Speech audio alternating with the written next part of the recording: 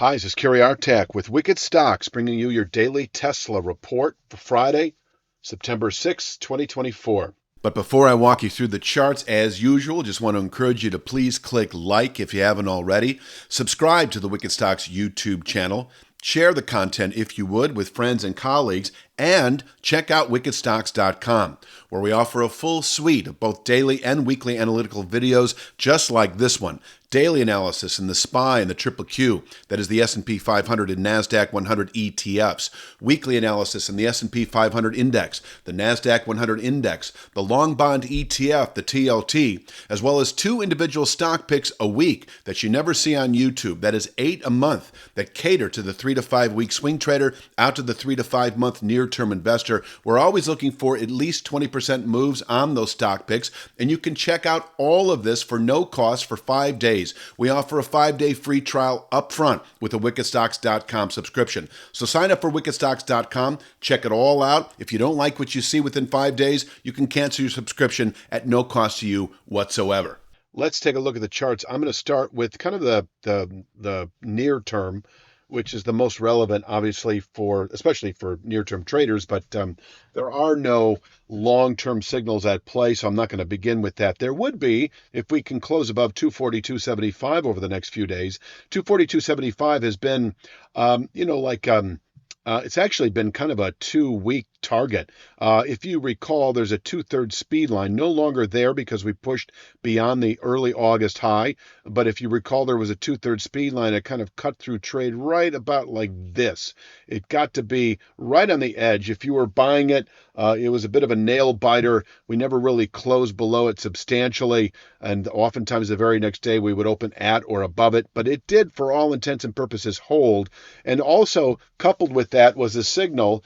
That was Friday of last week, actually, when we closed above this descending channel top that is now well below the market at 205.48. I don't even have that as a minor point because it is so close to 206.29, which I'll show in a moment. But this illustrates the fact that we've been bullish this market since last week and actually the better part of 2 weeks, anticipating this rising channel top at 242.75, which may be in reach today above 237 even. Yesterday's high was 235. 237 is a 5/8 upside Fibonacci, can certainly contain intraday buying pressures. If we push through 237 even, 242.75 likely today, where we could top out through next week and from there fall back to what would then be new channel support.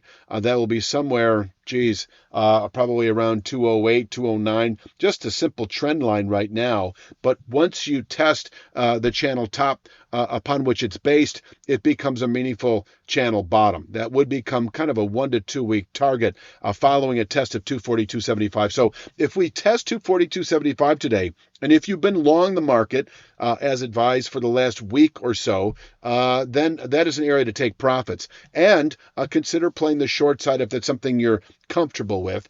Following a test of 242.75, we can quite easily fall back into really what are now the 210s, let's say, within a week or two of doing so. If you're an options trader, that might mean reaching for 210 strike, for instance, out of the money puts that don't expire. I would go a month out on that expiration, even though it's just about a 1 to 2 week downside play. Let's take a look at, we've got, I think I've already showed you 237 even is a 5/8 upside Fibonacci.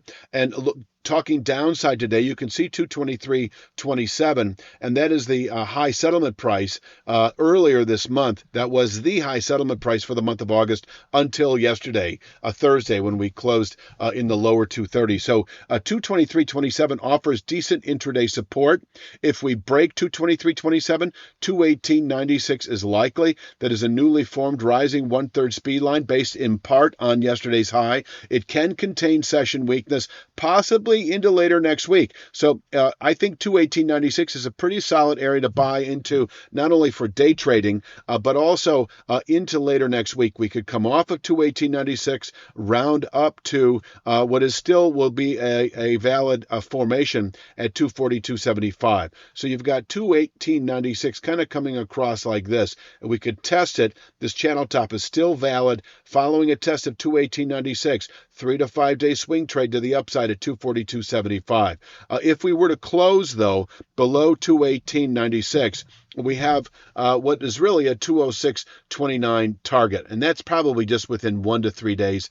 This band of support here, and I don't like to provide a 10-point wide band of support, but it is meaningful support. I've got them both weighted as weekly support levels. And the way we're framing this is if you test 206.29, it is an upward pivot. Upon testing, we can aggressively round back up as we move into later September. And I don't see this market falling apart as we continue into October trade unless we were to close below 196.18. It's about as simple as that. I don't think I've showed that structure at this point in time, but you've seen this before, descending channel bottom. So if we were to take a trend line from the July high against the yesterday's high and project that same rate of descent coming down, that would be our objective following a settlement below 196.18.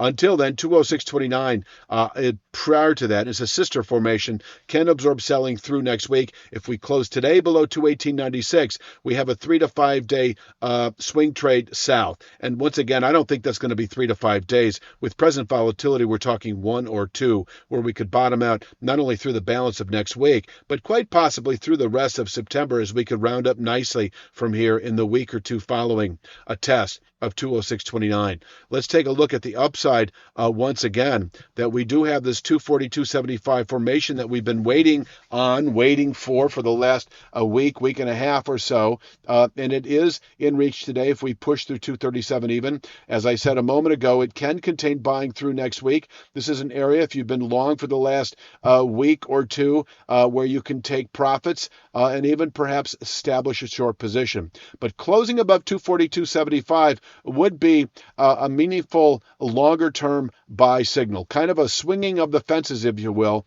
3 to 5 weeks anticipated then to 295 even. So closing above 242.75 is your next get long and stay long into October trade, 295 even, rising gradually. It'll be by the end of October in the low 320s. In the low 320s, we've got the 330s as well as a long-term one-year channel structure on the weekly chart. Make that a 1.5-year channel structure on the weekly chart. Will be 2-year channel structure come January.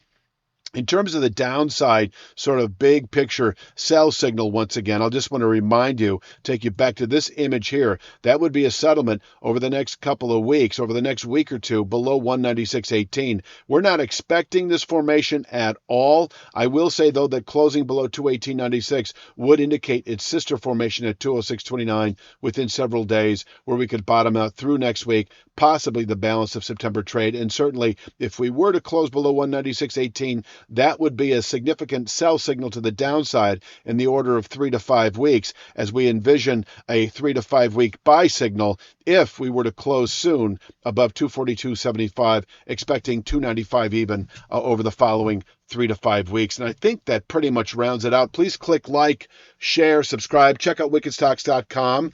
We offer a 5-day free trial, daily triple Q, daily SPY analysis. We put out a stock pick on Thursday on GitLab. You want to check that out. We are presently testing a significant area that has consequences, I think, in the order of a 50% run perhaps over the next half year.